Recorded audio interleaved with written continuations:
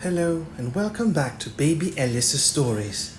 We now return to Robinson Crusoe by Daniel Defoe. Chapter 5 Builds a House. The Journal. September 30, 1659.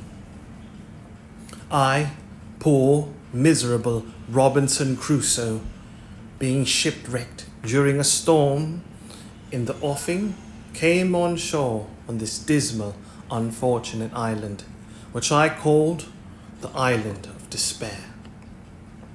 All the rest of the ship's company being drowned, and myself almost dead. All the rest of the day I spent in afflicting myself at the dismal circumstances I was brought to, namely, I had neither food, house, clothes, weapon, nor place to fly to, and in despair of any relief, I saw nothing but death before me. Either that I should be devoured by wild beasts, murdered by savages, or starved to death for want of food. At the approach of night, I slept in a tree, for fear of wild creatures, but slept soundly, though it rained all night. October 1. In the morning, I saw, to my great surprise, the ship had floated with the high tide, and was driven on shore again much nearer the island, which, as it was some comfort on one hand, for seeing her set upright, not broken to pieces, I hoped if the wind abated, I might get on board and get some food and necessaries out of her for my relief. So, on the other hand, it renewed my grief at the loss of my comrades who, I imagined, if we had all stayed on board, might have saved the ship, or, at least, that they would not have been all drowned as they were, and that, had the men been saved, we might perhaps have built us a boat out of the ruins of the ship to have carried us to some other part of the world.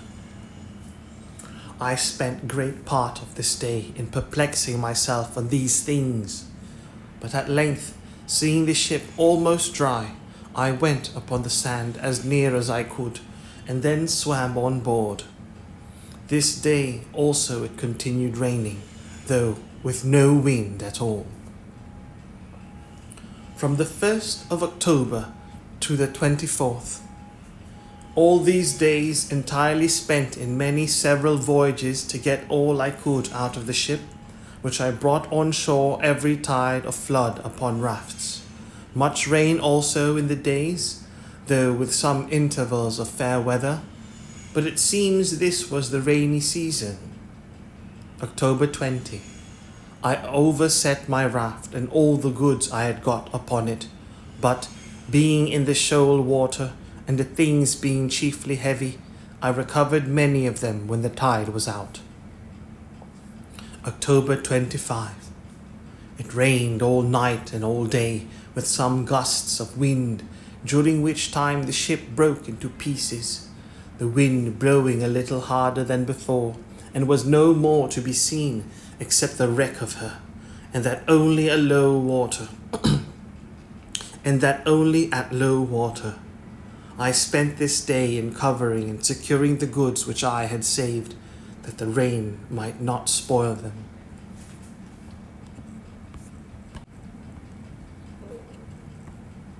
October 26. I walked about the shore almost all day to find out a place to fix my habitation, greatly concerned to secure myself from any attack in the night, either from wild beasts or men.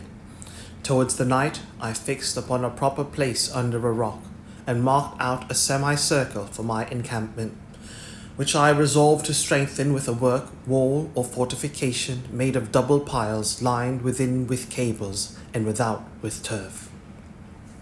From the 26th to the 30th, I worked very hard in carrying all my goods to my new habitation, though some part of the time it rained exceedingly hard. The 31st. In the morning I went out into the island with my gun to seek for some food and discover the country, when I killed the she-goat, and her kid followed me home, which I afterwards killed also, because it would not feed. November 1.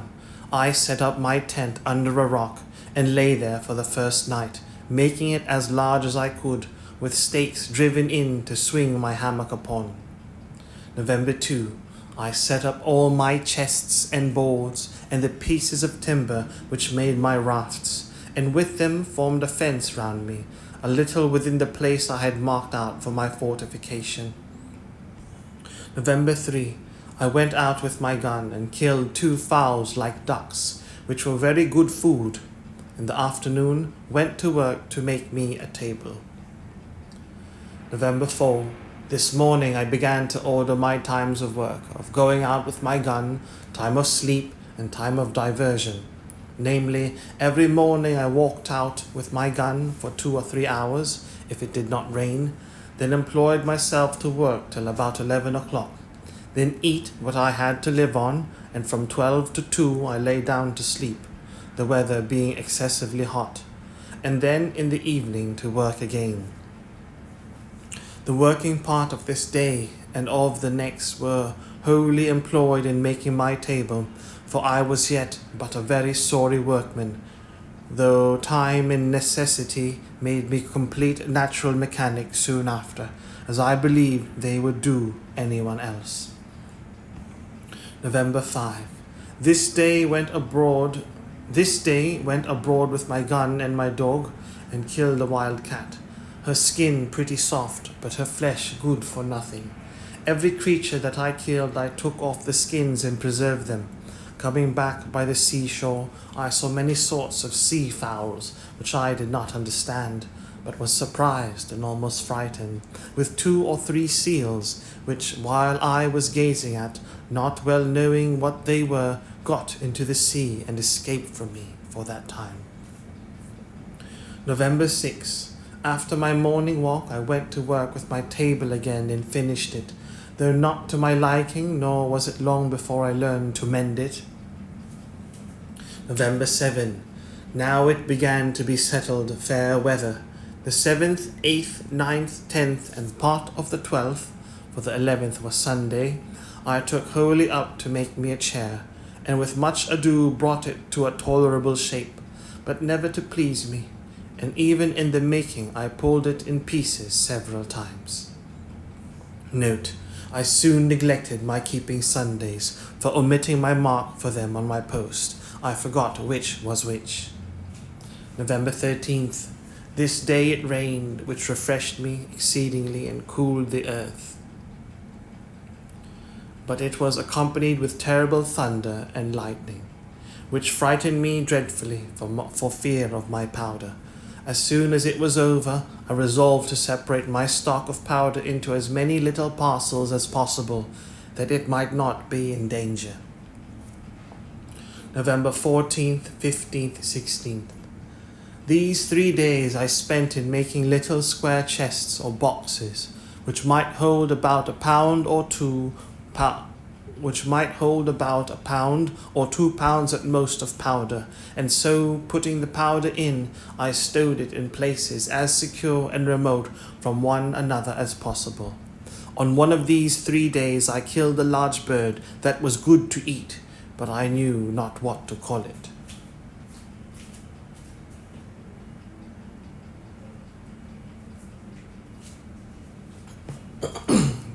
November 17. This day I began to dig behind my tent into the rock to make room for my further conveniency.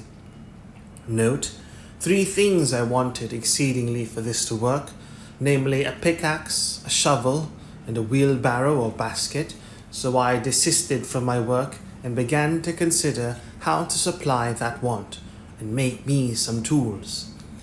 As for the pickaxe, I made use of the iron crows, which were proper enough, though heavy, but the next thing was a shovel or a spade. This was so absolutely necessary that indeed I could do nothing effectually without it, but what kind of one to make I knew not. November 18, the next day. In searching the woods, I found a tree of that wood, or like it, which in the Brazils they call the iron tree, for its exceeding hardness. Of this, with great labour and almost spoiling my axe, I cut a piece and brought it home too. With difficulty enough, for it was exceedingly heavy, the excessive hardness of the wood, and my having no other way, made me a long while upon this machine, for I worked it effectually by little and little into the form of a shovel or spade, the handle exactly shaped like ours in England, only that the board part having no iron shod upon it at the bottom. It would not last me so long. However, it served me well enough for the uses which I had occasion to put it to, but never was a shovel, I believe, made after that fashion, or so long in making. I was still deficient, for I wanted a basket or a wheelbarrow. A basket I could not make by any means, having no such things as twigs that could bend or that would bend to make wicker ware. At least none yet found out. And as to a wheelbarrow, I fancied I could make all but the wheel, but that I had no notion of, neither did I know how to go about it. Besides, I had no possible way to make the iron gudgeons for the spindle or axis of the wheel to run in, so I gave it over. And so, for carrying away the earth which I dug out of the cave, I made me a thing like a hod, which the labourers carry mortar in when they serve the bricklayers. This was not so difficult to me as the making the shovel, and yet this and the shovel and the attempt which I made in vain to make a wheelbarrow took me up no less than 4 days. I mean always excepting my morning walk with my gun, which I seldom failed, and very seldom failed also bringing home something fit to eat. November 23. My other work having now stood still because of my making these tools. When they were finished, I went on, working every day as my strength and time allowed. I spent 18 days entirely in widening and deepening my cave, that it might hold my goods commodiously.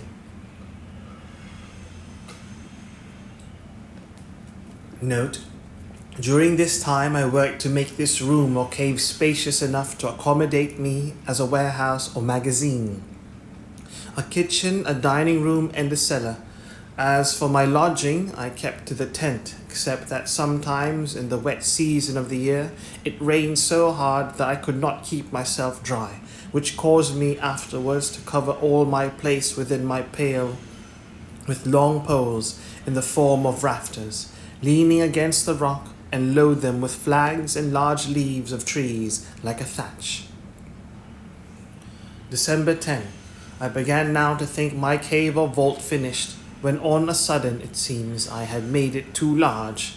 A great quantity of earth fell down from the top on one side, so much that, in short, it frightened me, and not without reason too, for if I had been under it, I had never wanted a grave digger. I had now a great deal of work to do over again, for I had the loose earth to carry out, and which was of more importance, I had the ceiling to prop up, so that I might be sure no more would come down. December 11. This day I went to work with it accordingly, and got 2 shores or posts pitched up right to the top, with 2 pieces of boards across over each post.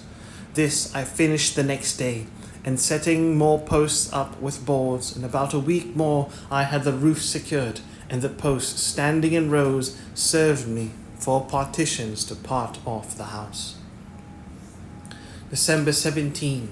From this day to the 20th, I placed shelves and knocked up nails on the post to hang everything up that could be hung, and now I began to be in some order within doors. December 20. Now I carried everything into the cave and began to furnish my house, and set up some pieces of boards like a dresser to order my victuals upon. But boards began to be very scarce with me, Also I made me another table. December 24. Much rain all night and all day, no stirring out. December 25. Rain all day. December 26. No rain, and the earth much cooler than before and pleasanter. December 27. Killed a young goat and lamed another, so that I caught it and led it home in a string. When I had it at home, I bound and splintered up its leg, which was broke. N.B. Nota bene, or note well, I took such care of it that it lived, and the leg grew well and as strong as ever, but by my nursing it so long it grew tame and fed upon the little green at my door, and would not go away.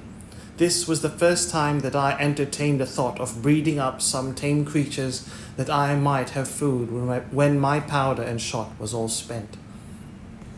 December 28, 29, 30, and 31. Great heats and no breeze, so that there was no stirring abroad, except in the evening for food. This time I spent in putting all my things in order within doors. January 1st. Very hot still, but I went abroad early and late with my gun, and lay still in the middle of the day. This evening, going further into the valleys which lay towards the centre of the island, I found there were plenty of goats, though exceedingly shy and hard to come at. However, I resolved to try if I could not bring my dog to hunt them down. January 2. Accordingly, the next day I went out with my dog and set him upon the goats. But I was mistaken, for they all faced about upon the dog, and he knew his danger too well, for he would not come near them. January 3. I began my fence or wall, which, being still jealous of my being attacked by somebody, I resolved to make very thick and strong. Nota bene. Note. This wall being described before, I purposely omit what was said in the journal. It is sufficient to observe that I was no less time than from the 2nd of January to the 14th of April, working, finishing, and perfecting this wall, though it was no more than about 24 yards in length, being a half circle from one place in the rock to another place, about 8 yards from it, the door of the cave being in the centre behind it.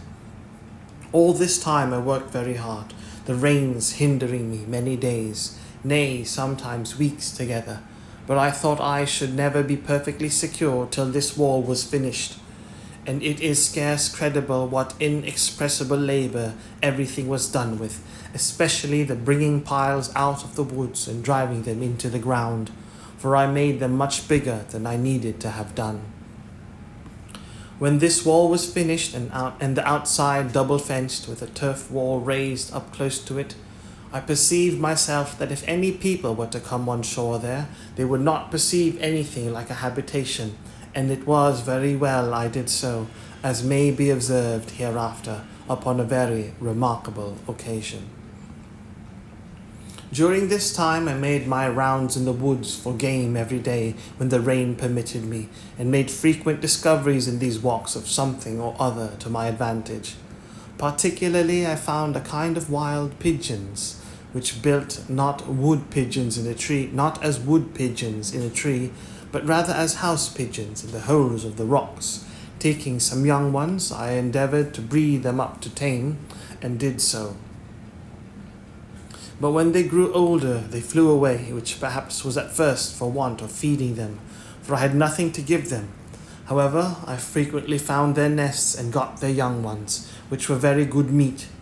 And now, in the managing my household affairs, I found myself wanting in many things, which I thought at first it was impossible for me to make, as indeed with some of them it was. For instance, I could never make a cask to be hooped. I had a small runlet or two, as I observed before, but I could never arrive at the capacity of making one by them. Though I spent many weeks about it, I could neither put in the heads or join the staves so true to one another as to make them hold water. So I gave that also over. In the next place, I was at a great loss for candles, so that as soon as ever it was dark, which was generally by 7 o'clock, I was obliged to go to bed. I remembered the lump of beeswax with which I made candles in my African adventure, but I had none of that now. The only remedy I had was that when I had killed the goat, I saved the tallow, and with a little dish made of clay, which I baked in the sun, to which I added a wick or some oakum, I made a lamp, and this gave me light. Though not a clear, steady light like a candle, in the middle of all my labors, it happened that, rummaging my things, I found a little bag which, as I hinted before, had been filled with corn for the feeding of poultry, not for this voyage, but before, as I suppose, when the ship came from Lisbon. The little remainder of corn that had been in the bag was all devoured by rats, and I saw nothing in the bag but husks and dust, and being willing to have the bag for some other use, I think it was to put powder in, when I dived for it for fear of the lightning or some such use, I shook the husks of corn out of it on one side of my fortification under the rock. It was a little before the great rains just now mentioned that I threw this stuff away, taking no notice and not so much as remembering that I had thrown anything there, when about a month later or thereabouts I saw some few stalks of something green shooting out of the ground, which I fancied might be some plants I had not seen. But I was surprised and perfectly astonished when after a little long time I saw about 10 or 12 ears come out, which were perfect green barley of the same kind as our European, nay, as our English barley.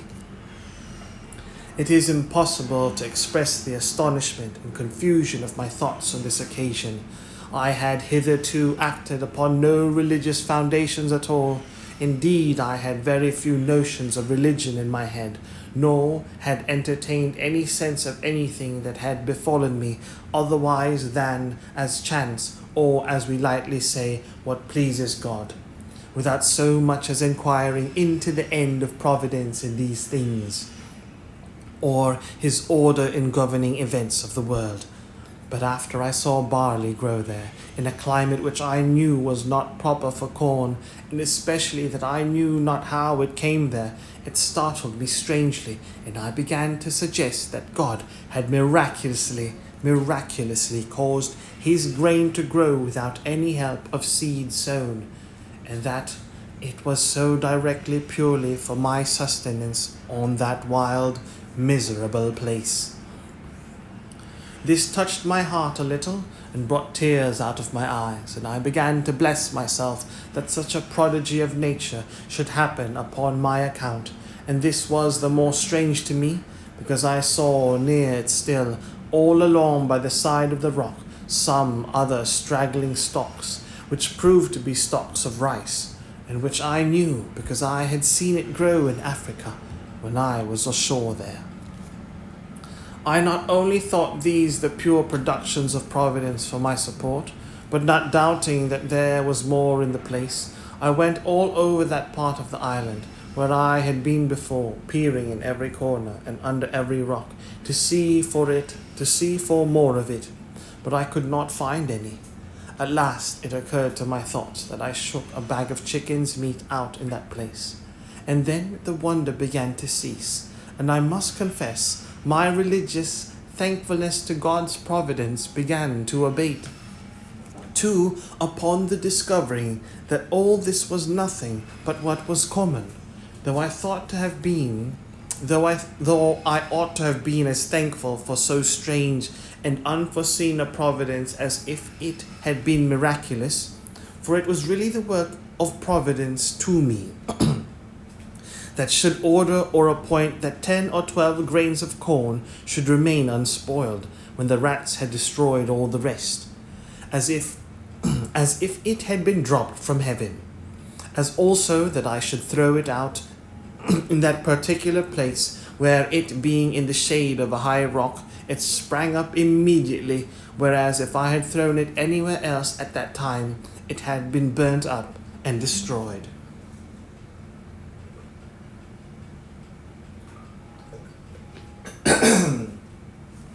I carefully saved the ears of this corn, you may be sure. In this season, which was about the end of June, and laying up every corn, I resolved to sow them all again, hoping in time to have some quantity sufficient to supply me with bread.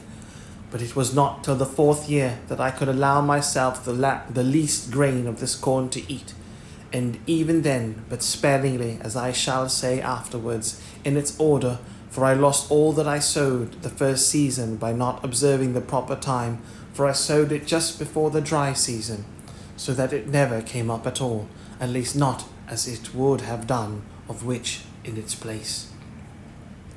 Besides the barley, there was as above 20 or 30 stalks of rice, which I preserved with the same care for the same use, or to the same purpose, to make me bread, or rather food, for I found ways to cook it without baking, though I did that also after some time. But to return to my journal, I worked excessive hard these 3 or 4 months to get my wall done, and the 14th of April I closed it up, contriving to go into it, not by a door, but over the wall by a ladder, that there might be no sign on the outside of my habitation. April 16th. I finished the ladder, so I went up the ladder to the top and then pulled it after me and let it down in the inside. This was a complete enclosure to me, for within I had room enough and nothing could come at me from without, unless it could first mount my wall. The very next day after this wall was finished, I had almost had all my labour overthrown at once and myself killed. The case was thus: as I was busy in the inside, behind my tent, just at the entrance into my cave, I was terribly frightened, with a most dreadful surprising thing indeed, for all on a sudden I found the earth come crumbling down from the roof of my cave, and from the edge of the hill over my head, and 2 of the posts I had set up in the cave cracked in a frightful manner.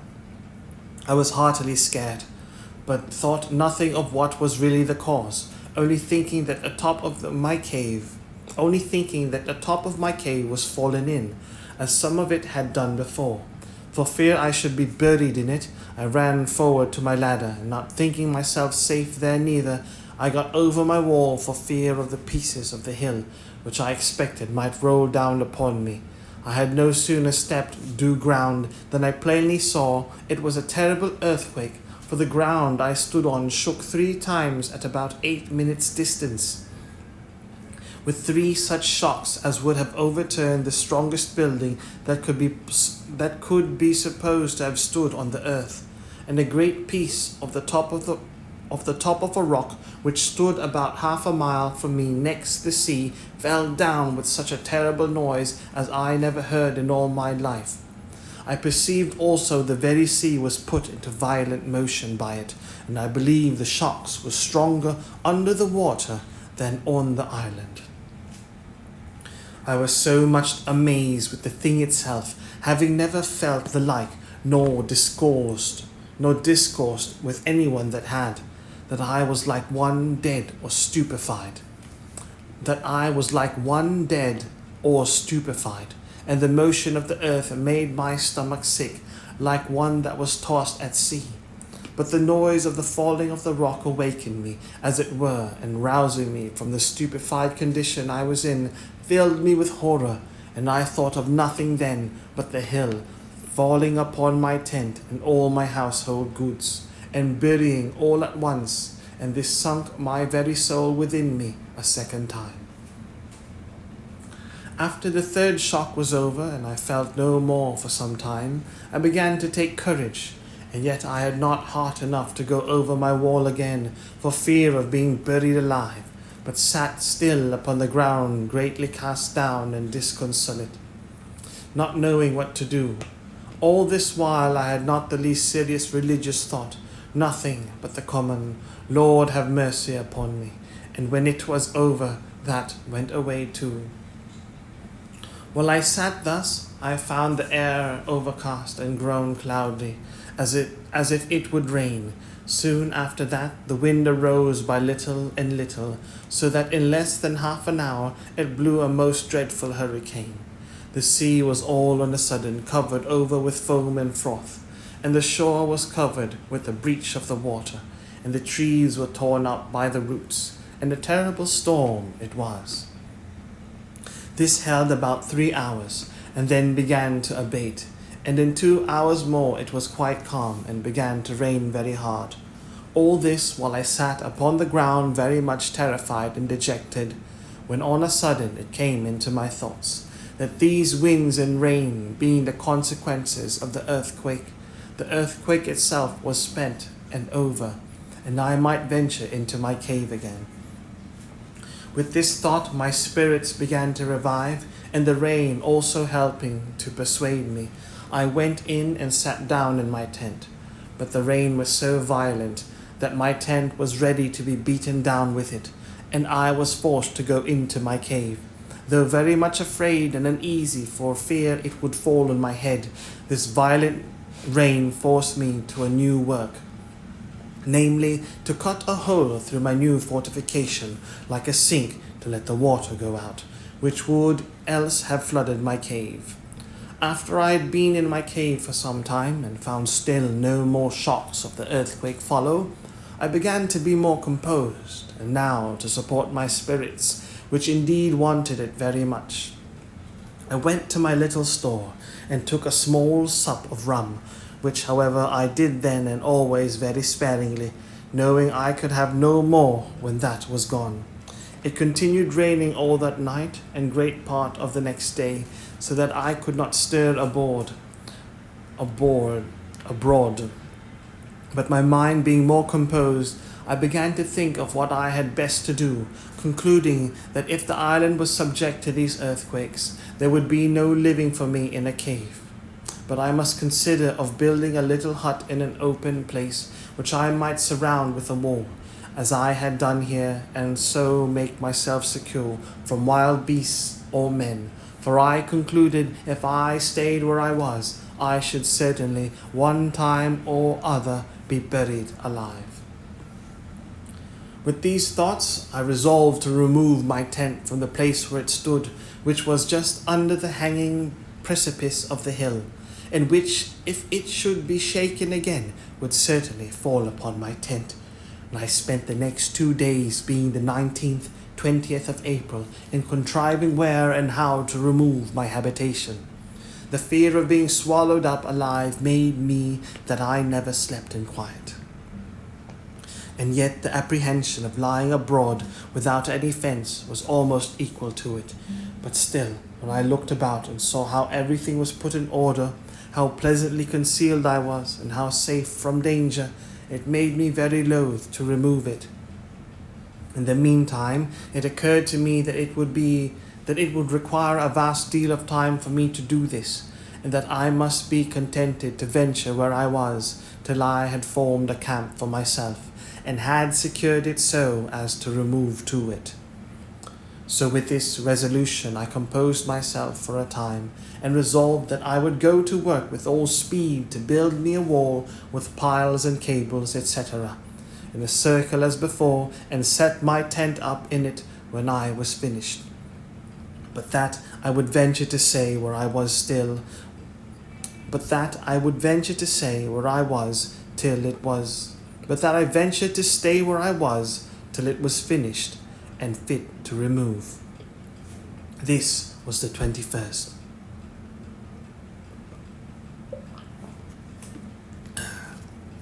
April 22. The next morning I began to consider of means to put this resolve into execution, but I was at a great loss about my tools. I had 3 large axes and abundance of hatchets, for we carried the hatchets for traffic with the Indians.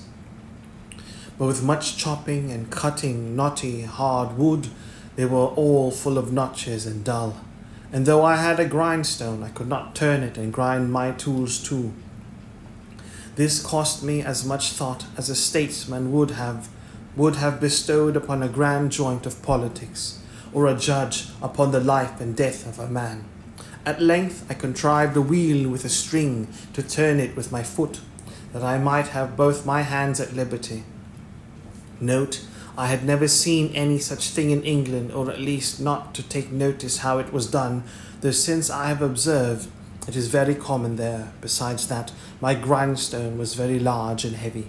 This machine cost me a full week's work to bring it to perfection. April 28 and 29. These 2 whole days I took up in grinding my tools, my machine for turning my grindstone performing very well. April 30. Having perceived my bread had been low a great while, now I took a survey of it and reduced myself to 1 biscuit cake a day, which made my heart very heavy. May 1st. In the morning, looking towards the seaside, the tide being low, I saw something lie on the shore, bigger than ordinary, and it looked like a cask. When I came to it, I found a small barrel and 2 or 3 pieces of the wrecked ship, which were driven on shore by the late hurricane. And looking towards the wreck itself, I thought it seemed to lie higher out of the water than it used to do. I examined the barrel, which was driven on shore, and soon found it was a barrel of gunpowder, but it had taken water, and the powder was caked as hard as stone. However, I rolled it further on shore for the present, and went on upon the sands as near as I could to the wreck of the ship to look for more.